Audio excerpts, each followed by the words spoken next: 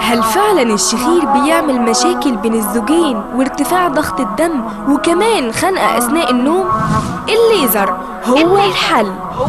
عايزة تكتشفي ضعف سمع طفلك وتأخره في الكلام وإمتى يحتاج سماعة أو زرع قوقعة وكمان جلسات تخاطب؟ لوز أطفالنا والحمى الروماتيزمية وحقنة البنسلين وإمتى تروحي للدكتور وتقوليله ابني محتاج يشيل اللوز؟ كل ده في برنامج حكيم الأنف والأذن مع الدكتور هشام إبراهيم، دكتوراه واستشاري الأنف والأذن. حكيم الأنف والأذن يأتيكم السبت في 5 مساء والإعادة الجمعة في 11 صباحا.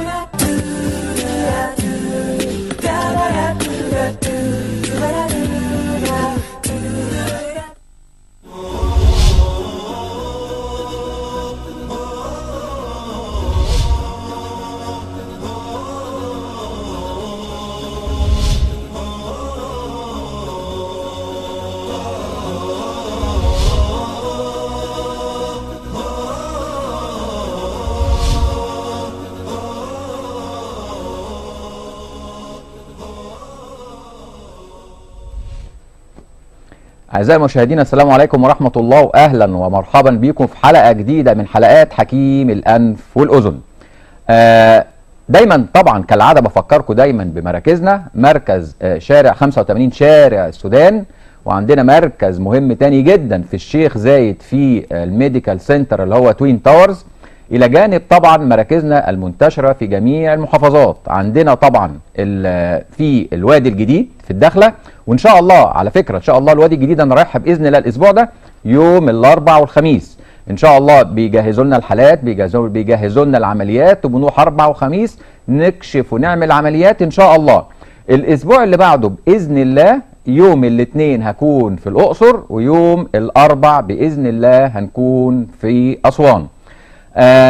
ما تنسوش ان لينا صفحة على الفيسبوك مركز الشخير دكتور هشام إبراهيم، بستقبل فيها كل استفساراتكم وبنعرض فيها الحلقات وبنعرض فيها حالات تاني كتير جدا، وبجاوب على كل استفساراتكم 24 ساعة. الحقيقة زي كالعادة زي ما عودتكم دايما حلقتنا بتبقى دسمة جدا وبنتكلم فيها على 3 حالات أساسية. الحالة الأولانية النهاردة حالة رحمة اللي احنا عرضناها لكم الأسبوع اللي فات، بنت أمورة عندها 12 سنة كانت بتشتكي بكل حاجة في الدنيا، ومامتها كمان بتشتكي باللي في رحمة بكل حاجة في الدنيا. البنت عندها 12 سنة. تابعونا النهاردة لأن حالة رحمة من الحالات الصعبة، مش الصعبة، من الحالات الغريبة اللي كانت محتاجة الحقيقة تشخيص دقيق، وكانت محتاجة ان احنا نقعد مع البنت ومامتها فترة نفهم منها ايه. تابعونا عشان تشوفوا النهاردة التحسن بتاع رحمة شكله هيبقى عامل ازاي. عندنا حالة تاني، حالة حذيفة، طفلين ولاد عم حذيفة وبدر جايين لي من مرسى مطروح مع أبهاتهم. الطفلين ما بيسمعوش، مشاكل السمع في الأطفال الصغيرين عند 7-8 سنين. الطفلين سبحان الله ولاد عم ما بيسمعوش وبيروحوا المدرسة ما بيستفيدوش من الدراسة. أبوهم ووالدتهم شكوتهم الدائمة إن الولاد بيتعاملوا بالمشاورة. متخيلين؟ عملنا لهم الفحوصات وكشفنا وشخصنا وعملنا لهم العملية. شوفوا النهاردة الأطفال شكلها عامل إزاي. الحالة الثالثة والأخيرة عندنا طالب مينا عنده 20 سنة وبيشخر. إيه ده يا دكتور هشام؟ هو الشخير كمان في الصغيرين 20 سنة؟ طبعا ده ولا بيعرف يمارس حياته، وصداع وخنقة، وحياته الطبيعية لعب الكرة والرياضة مش عارف يعمل فيه حاجة. شوفوا النهاردة هنعمل في ال3 حالات دول ايه، والتحسن بتاعهم هيبقى شكله عامل ازاي. نبدأ حلقتنا على طول مع رحمة البنت الأمورة اللي عندها 12 سنة. الحقيقة لما اشتكت انا ما بقتش ملاحق على شكوتها، صداع وخنقة وريحة وحشة ومناخيري مسدودة ومش قادرة اتكلم وصوتي وحش واصحابي في المدرسة بيعايروني بصوتي، ومامتها مش قادرة تتكلم، مخنوقة مصدعة. يا دكتور هشام ده حتى اسنانها ابتدت تبرز. بقول لكم ايه، طب ما تيجي الاول نشوف شكوة الام وشكوة رحمة ونرجع نتكلم في الحالة بقى بالتفصيل. نروح نشوفهم ونرجع تاني على طول. انا اسمي رحمة عندي 11 سنة. مشكلة عندي مناخيري دايما مكتومة، لما باجي اتكلم ولفظ الكلام مش مفهومة. معدتي دايما بتوجعني. ركبي مش كويسة، لما باجي امشي كتير بتوجعني. والدوخة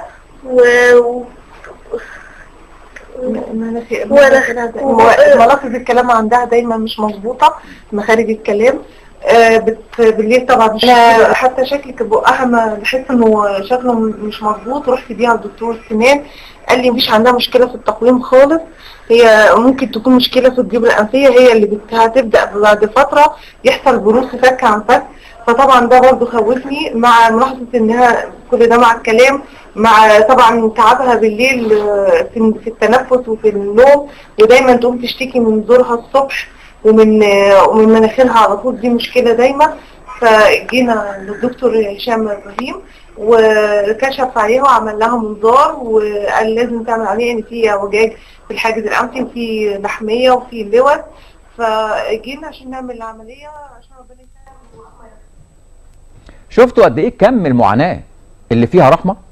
بنت أمورة زي دي، متخيلين لما البنت دي في السن ده بتبقى كل حركة فيها وكل كلمة محسوبة قدام نفسها وقدام صاحباتها، طبعا كلكم عارفين الكلام ده.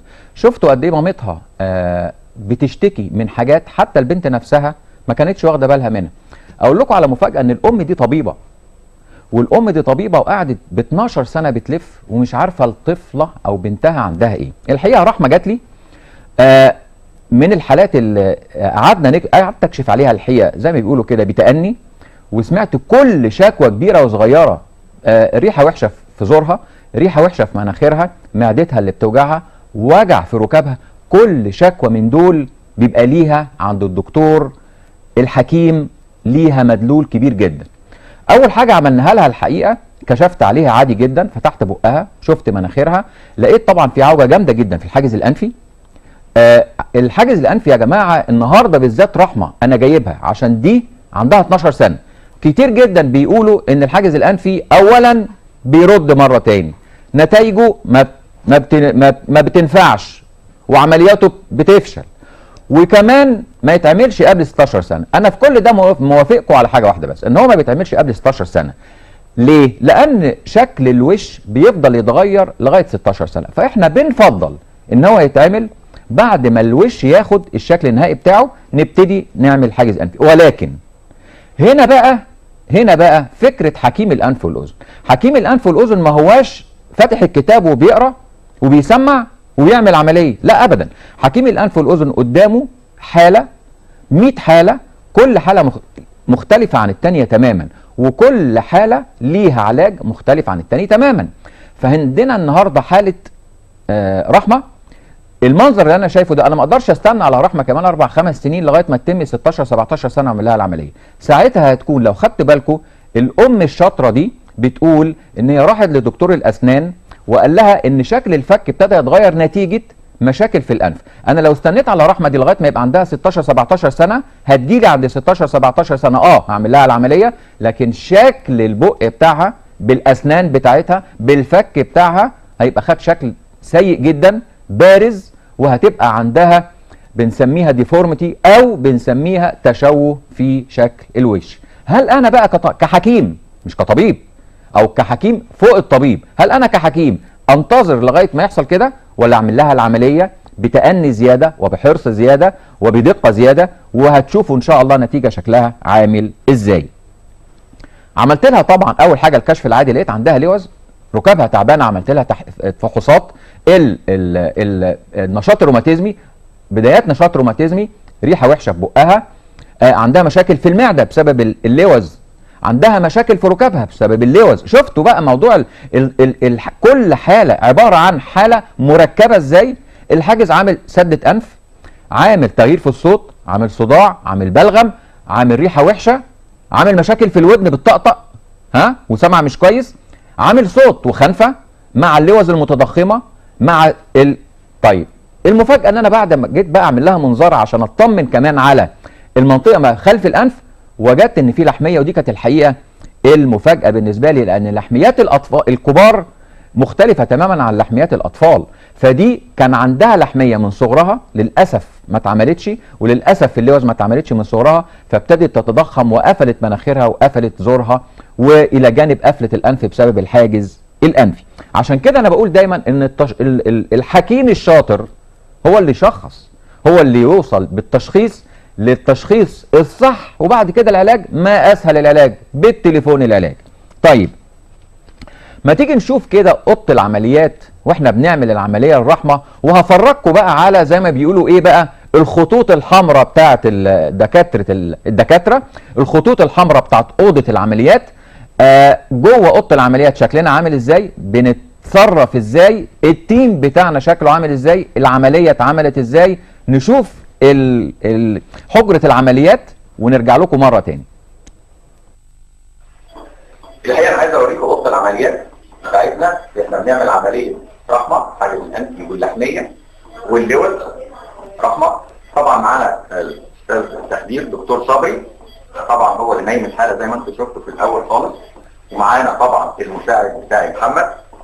ودي ترابيزه الالات زي ما بنقول، فيها الالات كلها معقمه. برضه من ضمن التيم الاساسي جوه اوضه العمليات معانا رئيسه العمليات مس ناديه، ومعانا مدام سعاد برضه بتساعد معانا. هي دي زي ما حضراتكم شايفين، هي دي اوضه العمليات اللي احنا بنشتغل. خلصنا طبعا بفضل ربنا، طبعا الحمد لله. طبعا كان عندها حاجز انفي مكسور بطريقه فظيعه الحقيقه، زي ما حضراتكم شايفين المنظر اللي حضراتكم شايفين ده. يعني صعب جدا ان ممكن نلاقي حاله تاني بالمنظر ده. طبعا حاجز ده دون اللي حضراتكم شايفينه ده الحاجز الانفي اللي انا خرجته، وطبعا لوستين حاجه يعني ملتهبين جدا، مع انها ما كانتش بتشتكي بيهم، لكن من كتر الالتهاب اللي كان فيه ابتدت طبعا اللوز تتضخم بالمنظر ده والتهابات فظيعه. الحاجه بقى الحقيقه اللي ما حدش ممكن يصدقها، كميه اللحميه دي كلها اللي موجوده خلف الانف عندها. عشان كده البنت طبعا كانت على طول الصوت بتاعها مش مظبوط، على طول مكتومه، على طول طبعا النفس والصوت والبلغه. متخيلين حضراتكم كل ده خرج من البنت الصغيره اللي اسمها رحمه. كل ده شفتوا الحاجز شكله عامل ازاي؟ شفتوا اللوز متضخمه قد ايه؟ اخذا في الاعتبار ان البنت ما كانتش بتشتكي باللوز. وكتير جدا من المرضى يجي ما بيشتكيش من اللوز، ولكن عنده اعراض اللوز، الاعراض الجانبيه بتاعت اللوز. ودي نقطه مهمه جدا انا بحب اوضحها دايما، ان مش لازم اللوز تيجي بصديد وتيجي بارتفاع درجه الحراره ووجع في الزور وهنا يا دكتور بيوجعني. مين قال كده؟ مين قال كده؟ انت حضرتك بتيجي تشتكي وانا اللي بشخص المشكله شكلها عامل ازاي. عشان كده رحمه لما قلت لها عندك لوز اتخضت. ده يا دكتور هشام اللوز ما بتجيليش. طب ما انا عارف ان هي ما بتجيلكيش، لكن اللوز ملتهبه لان عندك مشاكل تاني مغطيه على اللوز، عندك مشاكل تاني منسياكي وجع زورك. لكن لما تخرج اللوز بالمنظر ده والصديد جواها وداخلها بالمنظر ده، نقدر نقول ان فعلا كانت اللوز عامله مشكله. شفتوا كم اللحميه وكميتها قد ايه؟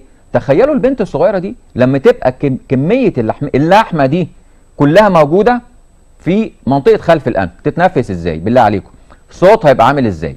طبعا على فكره مهما انا هتكلم ومهما هقول على فكره ده انا ده شفته، وعلى فكره ده انا عملت، وعلى فكره العمليه، وعلى فكره انا شفت اوضه العمليات، انا ما فيش بيني وبين العيان غير التحسن. وهو ده الحقيقه العقد اللي انا باخده على نفسي، او العهد اللي باخده على نفسي قدام اي عيان بعمل له عمليه. اللي بينك وبينك طبعا نمره 1 ونمره 2 ونمره 10 هو ربنا، ولكن اللي بينه وبينك التحسن.